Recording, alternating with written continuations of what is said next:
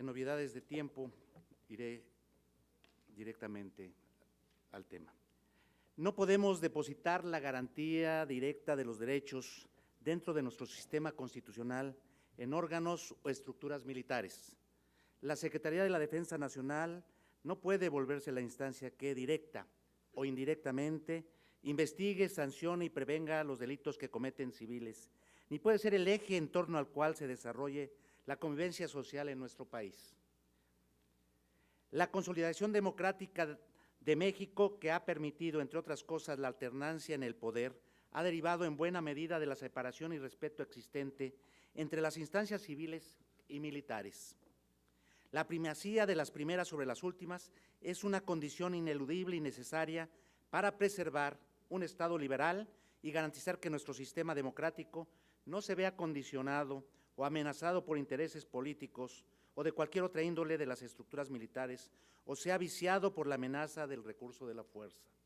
La CNDH acude a estas audiencias públicas con diversas preocupaciones adicionales al debilitamiento de la institucionalidad civil.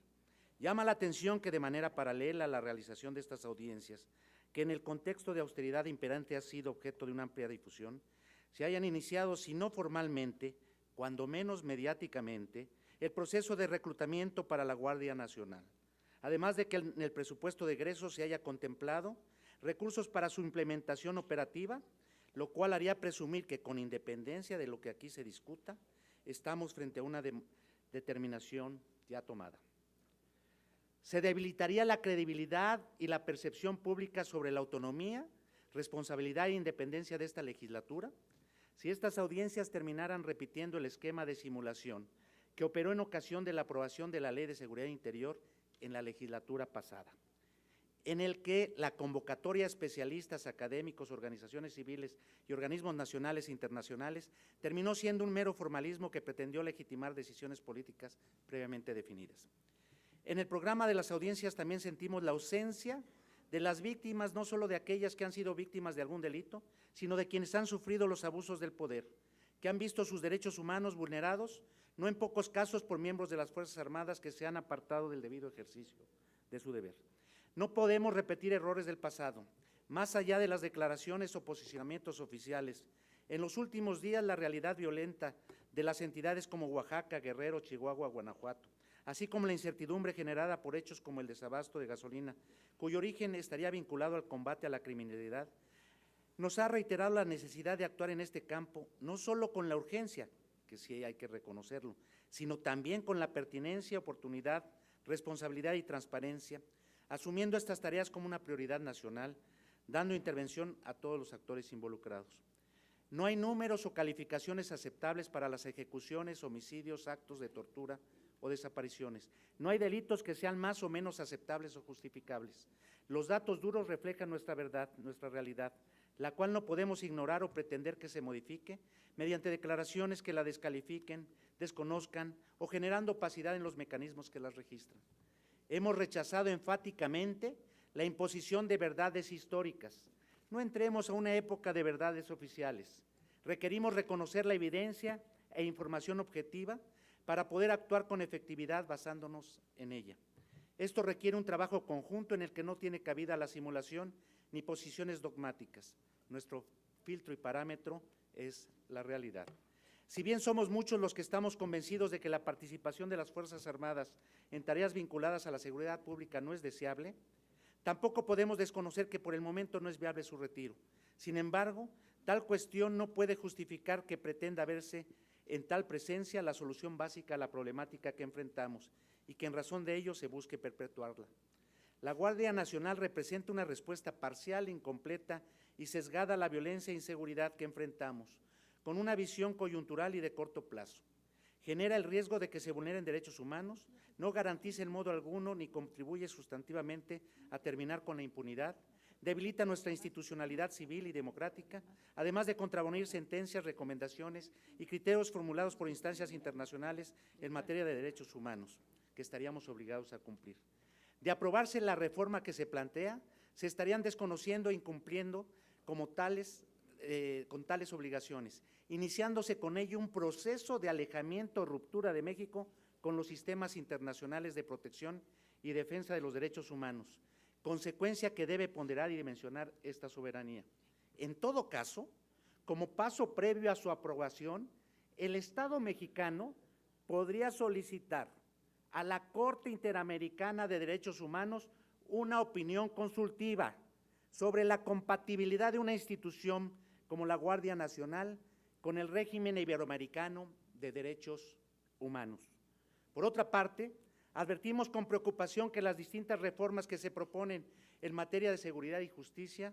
se estén tratando de manera aislada y parcial como si fueran cuestiones desvinculadas o independientes, dejando de lado la necesaria visión integral, multidisciplinaria y multidimensional que requeriría la revisión de las políticas estatales correspondientes. El tema de la Guardia Nacional, la ampliación del catálogo de los delitos sujetos a prisión preventiva oficiosa, los aumentos o disminuciones presupuestales a dependencias tales como la Sedena o la Fiscalía General de la República, son parte de un todo que tendría que revisarse de manera objetiva e integral, junto a temas tales como la debida formación y capacitación de policías, la inteligencia financiera, la investigación patrimonial, el abatimiento de la corrupción, el combate al tráfico de armas, la revisión de nuestro sistema penitenciario, la modernización de nuestros sistemas de inteligencia, el replanteamiento de nuestras políticas de producción y consumo de drogas, así como el énfasis en el carácter preventivo de las políticas públicas en la materia. Insistimos en la necesidad de contar con 33 fiscalías autónomas, con recursos, capacidades y posibilidades de operación reales y efectivas. No se trata solo del perfil de sus titulares, se requieren marcos normativos y operativos adecuados. Por mejor capacitado que esté un cuerpo policiaco, poco o nada abonará al abatimiento de la impunidad si los delitos no se investigan y las causas judiciales no se sustentan debidamente. En esta tarea, los mecanismos externos de supervisión ciudadana están llamados a jugar un papel determinante. La iniciativa de reforma no incorpora elementos objetivos ni aporta evidencia que sustente su sentido. No hay una metodología que pudiera avalar la información que la fundamenta, ni registro de aquella que se consideró relevante para tal efecto. En particular, es clara la omisión sobre la evidencia objetiva relevante, tal y como lo son los números de recomendaciones por violaciones a derechos humanos que se han emitido en contra de Sedena y de la CEMAR. Varias de ellas por violaciones graves, conductas que por regla general no son debidamente investigadas por las autoridades competentes y las sanciones que se llegan a imponer frecuentemente no corresponden a la gravedad de los abusos cometidos. La propuesta no establece ningún mecanismo de garantía para que los elementos de las Fuerzas Armadas que se han visto involucrados en violaciones a derechos humanos no puedan formar parte de la Guardia Nacional, ni tampoco para evitar que las prácticas que generaron o propiciaron tales vulneraciones se preserven, transmitan o repliquen en dicho cuerpo. Entre otros puntos que la iniciativa no responde, destaca el que no queda claro cómo y cuándo vamos a desarrollar a las policías civiles sin tinte militar, así como cuál será el destino y papel de las policías que actualmente se encuentran operando. La Guardia Nacional no garantiza justicia, en todo caso, una disuasión o contención que tiene efectos limitados y de corto plazo. Se marca una ruta para militarizar áreas hasta ahora reservadas a las instituciones civiles, pero no se establece claramente una ruta en el sentido contrario.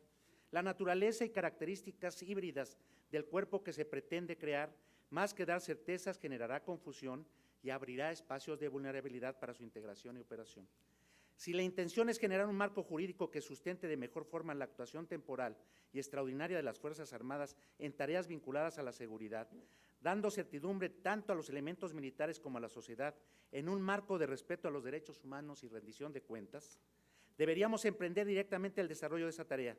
Si la iniciativa parte de la necesidad de atender una situación excepcional de violencia e inseguridad que pone en peligro a la sociedad, ¿por qué optar por una reforma constitucional como la que se plantea y seguir dejando de lado la reglamentación pendiente del artículo 29 constitucional, que acotaría dichas condiciones de excepción y necesariamente se tendría que llevar conforme estándares internacionales? Termino. Proponemos el establecimiento inmediato de un grupo de análisis